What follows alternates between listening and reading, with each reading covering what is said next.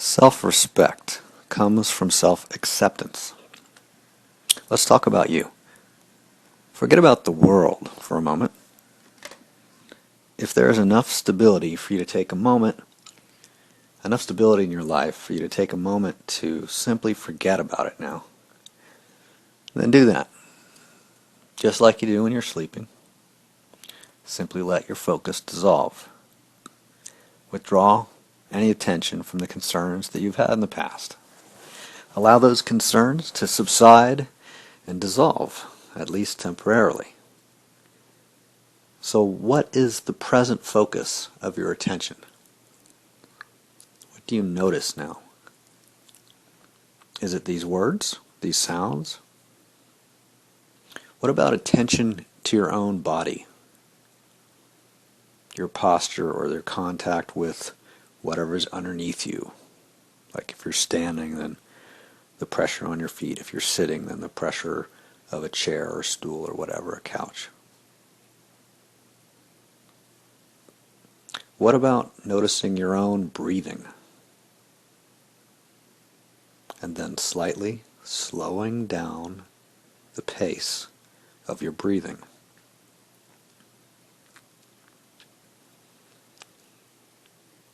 Next, let's talk about acceptance. The title of this is Self-Respect Comes from Self-Acceptance, so let's explore just the basic foundation of what acceptance means. People sometimes talk about accepting others, or even how they wish other people would be more accepting. Set that aside for a moment. Let's now talk about self-acceptance. Have you ever been afraid of displaying an emotion?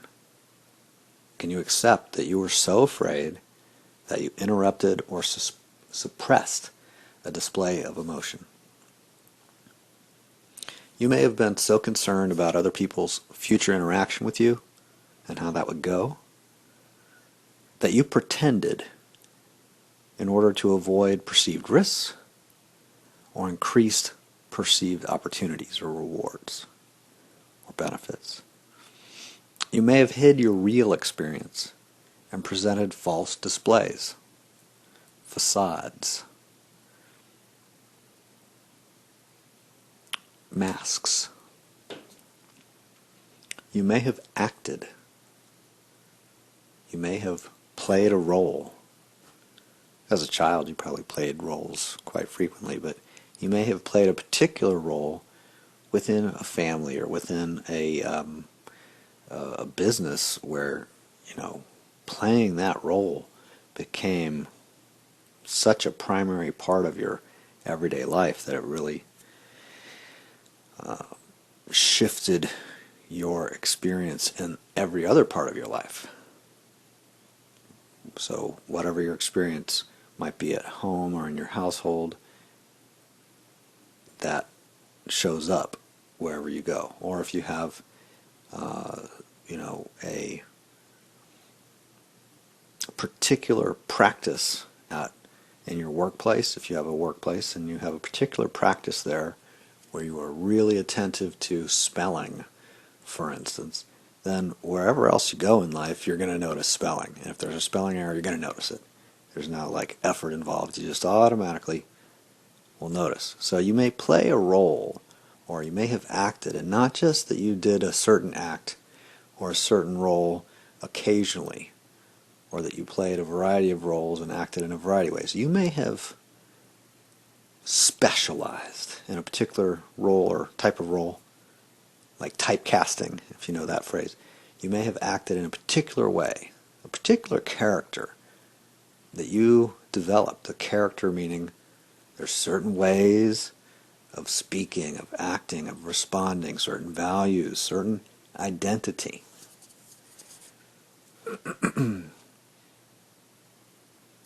And that would include certain things that a person certain things that would be out of the ordinary for that character or for that identity or that persona or that personality.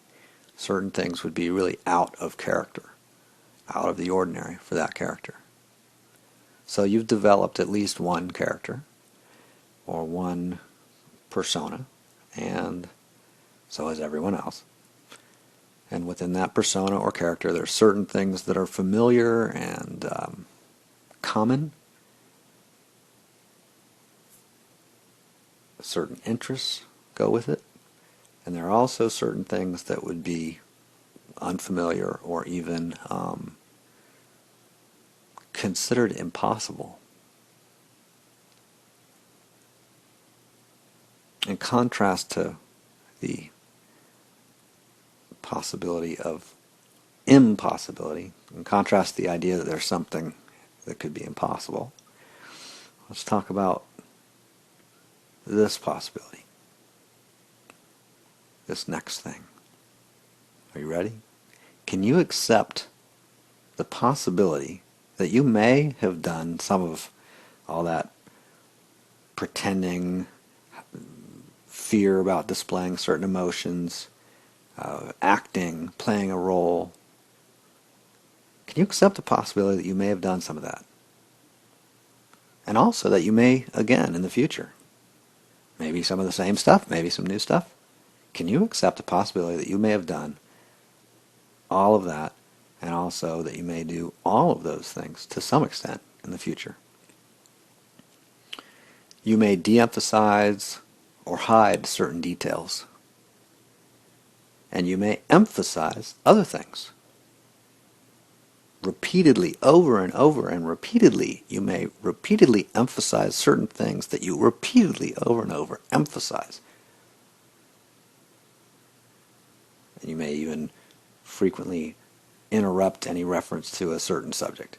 You may distract from a certain subject anytime it comes up.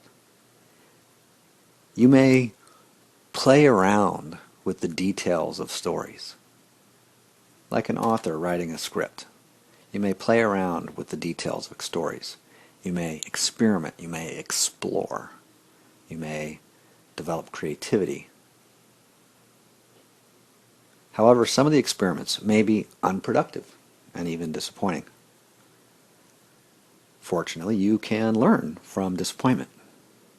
Whenever you experiment, if you are experimenting from within the mode of curiosity, then no matter what results arise, you'd be willing to learn from them because you are fundamentally curious, aren't you?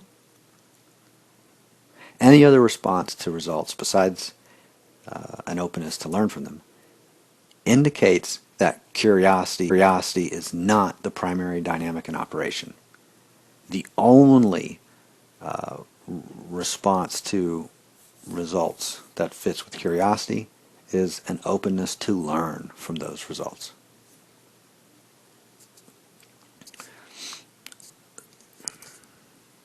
Sometimes people may be tense and may not act so much from curiosity as from fear. So we're going to consider curiosity as a moderately attractive dynamic, like moderate attraction towards something, curiosity. It's not yet intrigue, it's not yet fascination, it's just curiosity. So sometimes there'll be curiosity, sometimes there'll be intrigue, sometimes fascination, and so on. Other times, people may act from fear. They may act in order to avoid a particular outcome. They may have chronic tension and chronic fear and chronic avoidance. They may act not so much from curiosity or any form of attraction, but from fear or repulsion. Perhaps they're given an assignment by a perceived authority. And with little or no real curiosity in the subject matter, the subject is explored anyway. Why? Because there's fear. Here's an authority. If I don't conform, then there could be negative consequences, unfavorable consequences, frightening consequences, humiliation, harassment, punishment, torture, whatever range of things from mild to extreme. Perhaps in a case like that where an authority has given an assignment to a subject, to a inferior, to a subordinate. Perhaps then the subordinate or the recipient of the assignment will experiment, but not actually to learn. They're not actually experimenting out of curiosity. They're merely experimenting out of fear to survive the experiment, to minimize the risk, to minimize their losses, to minimize the punishment, to avoid whatever they find repulsive. That's still experimenting, but that is not the same as experimenting from curiosity, and that's a very different kind of dynamic in terms of the experimenting. It's much less likely to produce any lasting learning. They're not experimenting to learn, they're experimenting to survive the experiment. They may experience anxiety throughout the process, paranoia, tension, fear. They may complain. They may experience frustration, disappointment, boredom. Very common. Why would they experience boredom during an experiment? Because they're not really interested or curious about the subject matter of the experiment. Perhaps they're just preparing for a test. Maybe they are more interested in the test and in performing well on the test than they are in the subject matter. They may experience test anxiety during the test, which we would expect, as well as experience test anxiety prior to the test. Just in anticipation of the future test, there's test anxiety even when the test isn't happening. There's anxiety because if the test is failed, there may be an expectation of loss, of injury, of punishment, of humiliation. So, in order to avoid or minimize humiliation, experimenting and exploring may go on, but they go on from that background of chronic tension, not from the background of curiosity and a passion for learning. So all of what I just said is quite typical for modern education. The subject matter is presented based on a curriculum which is created by special interest groups. They devise or organize curriculums, and then that's presented by professionals who are trained to deliver that curriculum and then to test the subordinates, the students. The special interest groups that create curriculums want to focus the students on particular subject matter, and perhaps even to distract them from certain other subject matter which is deemed inappropriate, disruptive, or even just trivial or irrelevant. And it's basically the same process or dynamic with the mainstream media. Their function is to program the attention of the masses, the perceptions of the masses, and the behaviors of the masses. That is the function of the mainstream media, to program attention, perception, and behavior.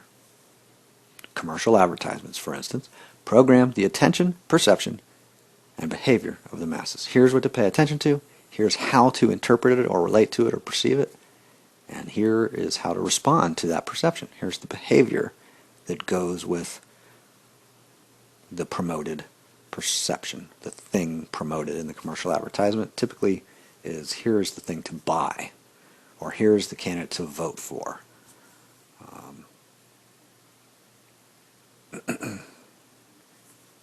Educational programming, as already mentioned, also fits that same mode, that same pattern. Educational programming also programs the attention, perception, and behavior of the masses, of all of the participants, the impressionable young students who are participating in educational programming.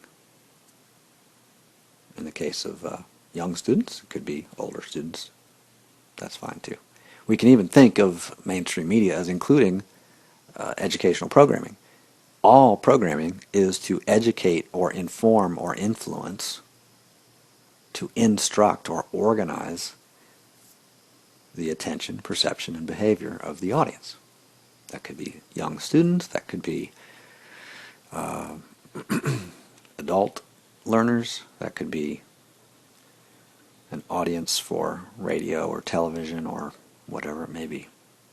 What kind of programs do mainstream media and schools and other institutions present? Here are some of the kinds of programs. What should you value most? What should you be interested in? What should you find curious or fascinating or somewhere in between, just intriguing? What should you condemn as disgusting or upsetting or disturbing or unfavorable,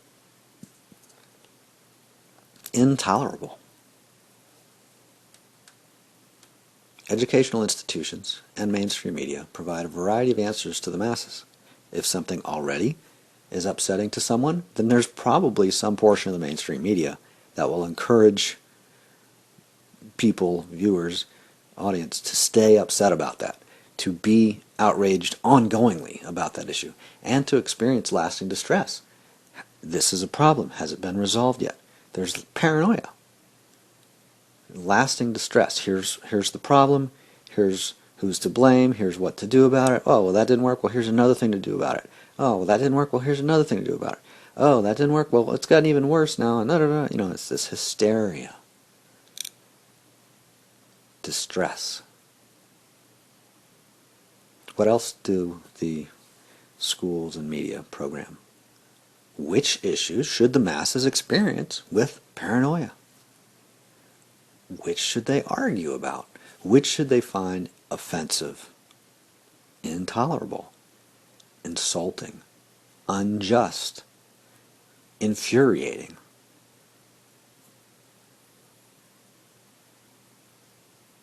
How much guilt should the masses experience in regard to each particular issue? And how should the masses compensate for their guilt? What actions should they take? So those are the kind of programs that we find throughout institutions, not just mainstream media, not just educational institutions. All forms of institutions are going to program attention, perception, and behavior. What should you value most? What is not important? What is important? And even things like how much guilt should someone experience in regard to any particular issue.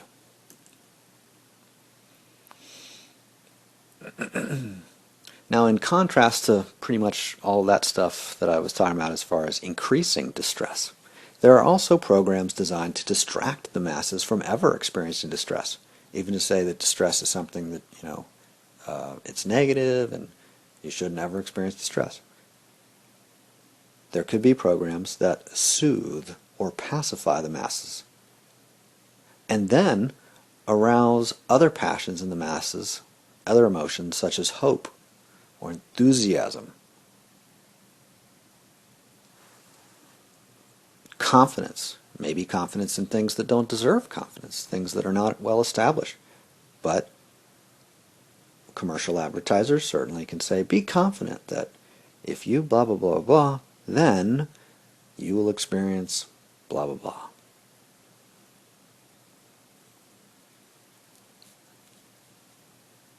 What should you glorify as wonderful or uplifting?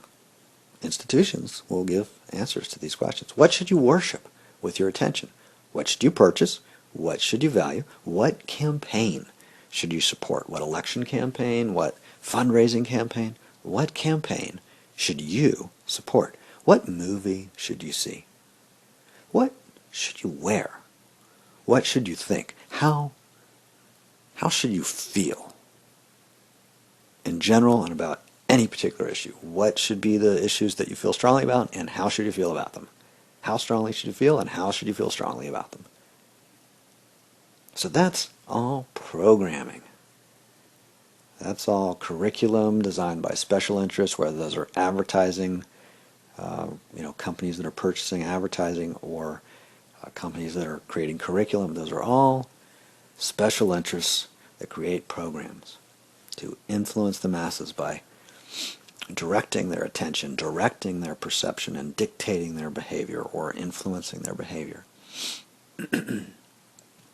So none of that is what I mean by self-acceptance. That was all just to set up a contrast, really. None of that is self-acceptance. One type of programming creates attractions, and another creates repulsions. Attractions and repulsions are natural, but when they're programmed, that can certainly dilute instinctual attractions and repulsions. It can even bury instinctive attraction and repulsions. Self-acceptance includes an accepting of the entire range from instincts to programs. If an attraction is present, it's present. If a repulsion is present, it's present. Self-acceptance includes the entire range from instinctual to programmed. Every kind of experience you can have and every kind of perception and response and way of relating to something, that's part of self-acceptance. Self-acceptance allows for accepting the experience of fright and shame and the hiding of experience. Even pretending, playing a role that is inconsistent with one's actual experience or perception. Self-acceptance is fine with all of that. Self-acceptance, one of the trickiest things about it is pronouncing the word. It can be it's kind of long, and it's got all this S sounds. Self-acceptance. If you can say it, hey, then you're halfway there, right? That's like the hardest part, isn't it? Self-acceptance. Just slow down. Self-acceptance. Very good. Okay. Self-acceptance allows for accepting the experience of fright and shame and the hiding of experience, the pretending of a particular character or persona. Also, one may recognize programmed enthusiasms and speculative expectations, things that should be or probably will be, right? Things that we can presume, as well as the faking of positive experiences, right? Some characters are going to fake positive experiences that aren't really their genuine, authentic experience, but they'll fake those positive experiences. Why? In order to promote a particular social outcome, the acceptance by others. That's not self-acceptance, but self-acceptance can accept all of that. Self-acceptance has no issue with the history of pretense, deception, whatever it may be. There's really no issue at all with the past. Self-acceptance accepts the entire past. What part of the past does self-acceptance reject? None. So self-acceptance allows for me to accept my past record in its entirety, including my past record of condemnations. Do I have any condemnations in my past? Probably. Yeah, I probably do. I can accept that I may have condemned others, and I may have condemned myself. I can accept that others may have similar experiences to mine, as well as experiences that are in some ways distinct from mine. I can accept that some things about me are very common, while others are rare, or even rather unique, even weird, even unexpected, even maybe things that people find hard to understand or hard to perceive. They don't even notice it about me. I can experience self-suppression, self-rejection, self-deception, and self-acceptance. I may have pretended to be other than I am, which is part of like self-deception. If I pretend with so much rigidity and suppression, that I put things out of my conscious attention, and I focus my conscious attention on certain things and put other things out of my conscious attention, that's getting into the realm that I'm going to call self-deception. I may have pretended to be other than I am. Did I ever do that? Well, gosh, I did it plenty of times. Playfully, seriously, in a state of fear. I did it in many different ways. I may do so in the future. I may pretend to be other than I am. I may experience guilt or shame or gratitude or pride. Arrogance and humility are both available to me. What is unavailable to me if I'm coming from curiosity and self-acceptance? There's nothing that I'm excluding. It's an inclusive self-acceptance. It is an inclusive acceptance. I may experience something that is unfamiliar to me, and eventually I realize, oh, that's self-respect. That's new. That's unfamiliar. Self-respect. With that background experience of self-respect, I may interact with others in a mode that spreads my own self-respect. I may be respectful of others. I may be relaxed in my interaction with them, and I can respect whatever their preferences are, their attractions, their repulsions. I can notice them to the extent that it is important to me, if any, and I can respect their attractions. I can respect their repulsions. I can respect their interests, their programs, their instincts, their character, their persona, whatever. I can respect others. If they disappoint me, I can still respect them. If I blame them, I can do so respectfully. Is that possible? Sure. I can display frustration. I can display anger, rage, any variety of things. Can those be displayed in a respectful way? Well, if you think about it, there are ways to be respectful no matter what the background behavior is. There's ways to be more respectful, and there's ways to be less respectful. I may be respectful of others. I might not, but I may be respectful of them. If I'm coming from self-acceptance and self-respect, then it's at least more likely that I would be respectful of others, which generally means interested in them only to a particular extent. I am interested, but I'm not super interested. I'm respectful of them. I'm not like obsessed with their particular opinion about any particular thing. I'm not obsessed about their behavior. If they do a certain behavior, I give them a reward. If they do a different behavior, I may give them a punishment. But that's not implying disrespect.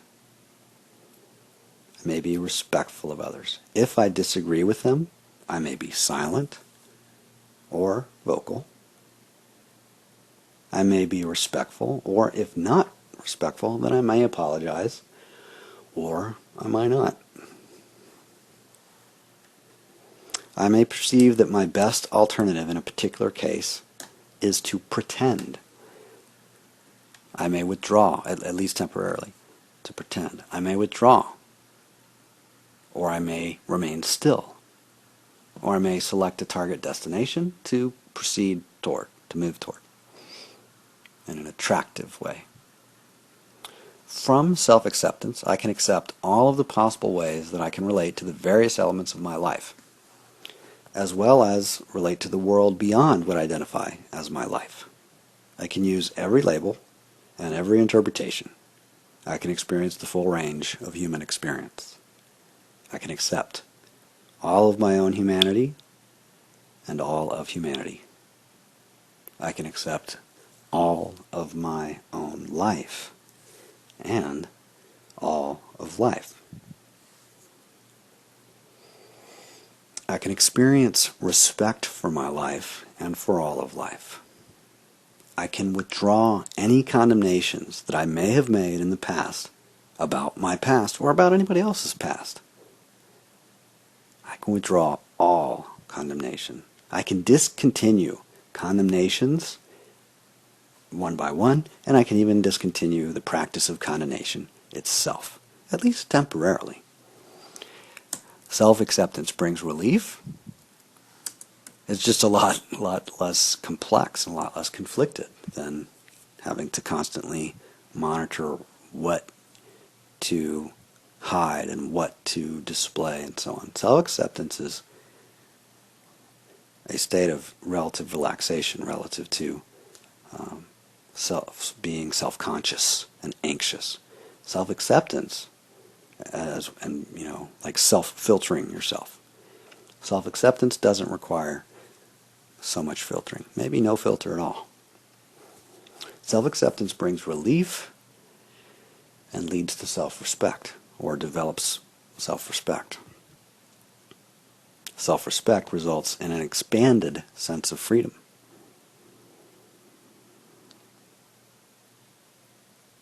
As I'm mindful of my own life, I get really precisely related to where and how I'm free. In what ways am I free? Exactly how am I free? How free am I? When I have a background of self-acceptance and curiosity, I can explore these things. And there is an expanded sense of freedom relative to chronic tension and self-filtering.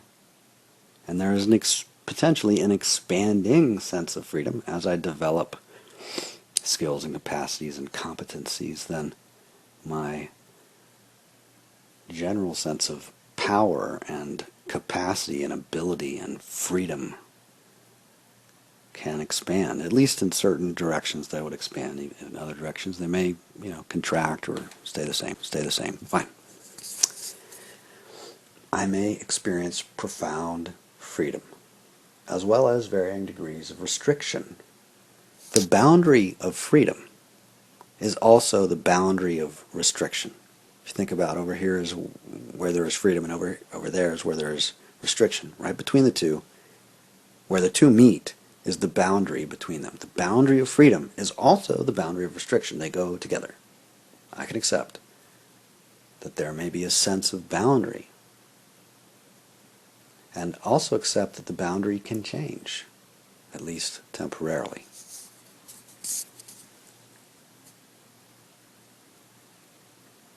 Self-respect comes from self-acceptance.